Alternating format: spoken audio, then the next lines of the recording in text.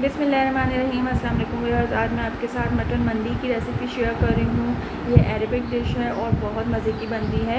तो इसके लिए मैंने बकरी की एक रान ले ली है और एक शोल्डर का पीस ले लिया है। मसालों में मैंने साबुत ज़ीरा ले लिया है, 1 खाने का चम्मच, 10 से 12 सब्ज़ इलायचियाँ हैं, 1 इंच का सौंफ का टुकड़ा है, जावित्री ले ली है 1 टीस्पून, लौंग ले ली हैं 10 से 12 अदद और सूखी हुई लाल मिर्च ले ली है साबुत 4 से 5 अदद। इन तमाम चीज़ों को मैंने पाउडर बना लिया है पीस कर, और इसमें मैं जिंजर गार्लिक पेस्ट यानी अदरक लहसुन का पेस्ट डालूंगी। 2 खाने के चम्मच, 2 से ढाई खाने के चम्मच डालूंगी।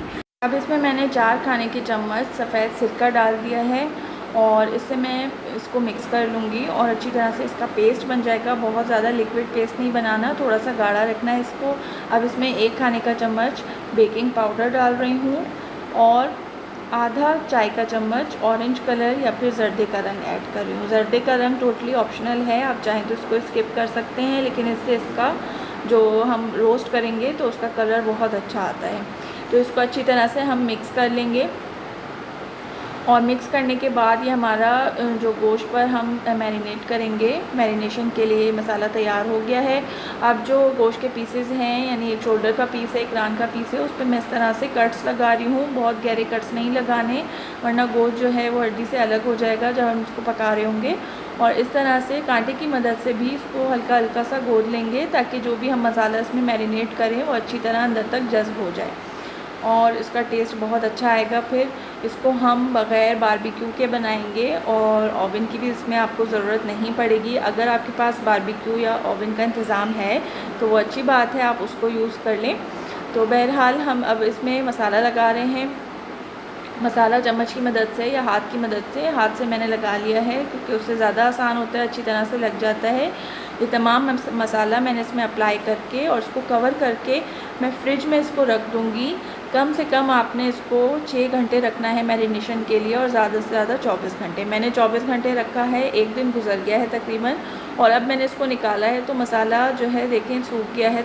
और अब इसको हम पकाना शुरू करते हैं। तो 4 अदद हरी मिर्चें मैंने ले ली हैं बड़े साइज़ की, उनको रफली चॉप कर लिया है। 1 कप प्याज ले ली है चॉप की भी, और 3 कप चावल को मैंने भिगो दिया था। सेला चावल है तो 6 घंटे पहले मैंने भिगोया हुआ था।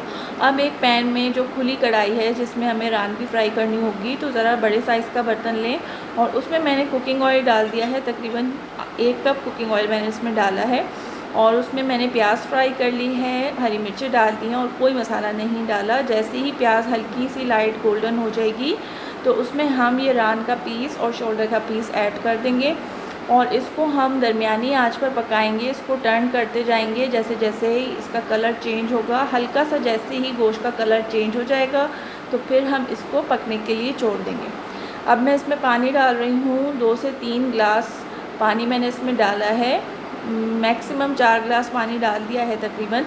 तो ये पानी डालने के बाद इसको हम ढककर बनाएंगे और दरमियानी आंच पर बनाना है। 1 घंटे के लिए बकरे का गोश्त जो है वो लेता है इतना टाइम, तो 1 घंटे तक ये तैयार हो जाएगा। आप इससे ज़्यादा भी ले सकते हैं, अगर गोश्त नहीं गला हुआ है तो आप थोड़ा टाइम इसको और भी पका लीजिए। अभी देखें इसमें यखनी बाकी है और मीट जो है, जो गोश्त है वो अच्छी तरह से सॉफ़्ट हो गया है। इसको कांटे की मदद से आप दबा के देख लें तो गोश्त जो है वो कांटे के साथ ही अलग हो रहा होगा, तो इसका मतलब है कि गोश्त जो है वो गल गया है और तैयार है अच्छी तरह से। तो इसको हम निकाल लेंगे और जो हमारा बाकी यखनी रह गई है, इसमें मसाला भी है, इसमें हम चावल ऐड कर देंगे। चावलों में हम नमक अलग से डालेंगे क्योंकि जो पहले हमने नमक यूज़ किया था, तो नमक मैं बताना इसमें भूल गई हूँ। नमक हस्ब ज़ायका आप ऐड कर लें। जो हमने मसाला शुरू में बनाया था बहुत ज़्यादा नमक ऐड ना करें। और उसके बाद अब इस पर मैंने 3 चाय के चम्मच नमक भी डाल दिया है और उसको कवर कर दिया है फुल आँच पर। तो देखिए इसमें बॉयल आ गया है, पानी इसमें काफ़ी हद तक ड्राई हो गया है। तो अब हम इसको दम पे रख देंगे और ये देखें काफ़ी पानी ड्राई हो गया है क्योंकि सेला चावल हैं तो ये पानी जो है वो ज़्यादा एब्जॉर्ब करते हैं। अब मैं इनको कवर करके और 15 से 20 मिनट तक दम पे रख दूँगी बिल्कुल हल्की आंच पर। तो जब तक हमारे चावल तैयार होते हैं, ये देखिए चावल तैयार हो गए हैं, इनको मैं साइड पर रख दूँगी। और ये बकरी की रान है, अब इसको हम फ्राई करेंगे। इसके लिए मैंने एक बड़ा सा पतीला ले लिया है जो 5-6 किलो की चावल के लिए होता है। तो उसमें मैंने कुकिंग ऑयल डाला है नीचे और सिर्फ कुकिंग ऑयल डाल के इसको बिल्कुल हल्की आंच पर मैं रोस्ट कर रही हूँ। इस तरह से बहुत आराम से फ्राई हो जाता है।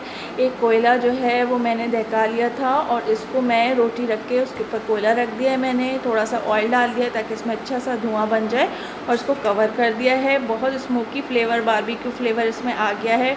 और इसको चावलों के ऊपर रख कर इसको सर्व करें सैलेड के साथ, रायते के साथ। बहुत मज़ेदार थी। घर में ही आप ये डिश तैयार कर सकते हैं और मुझे कमेंट सेक्शन में ज़रूर बताइएगा कि ये रेसिपी आपको कैसी लगी। देखने के लिए बहुत शुक्रिया जी। अल्लाह हाफ़िज़।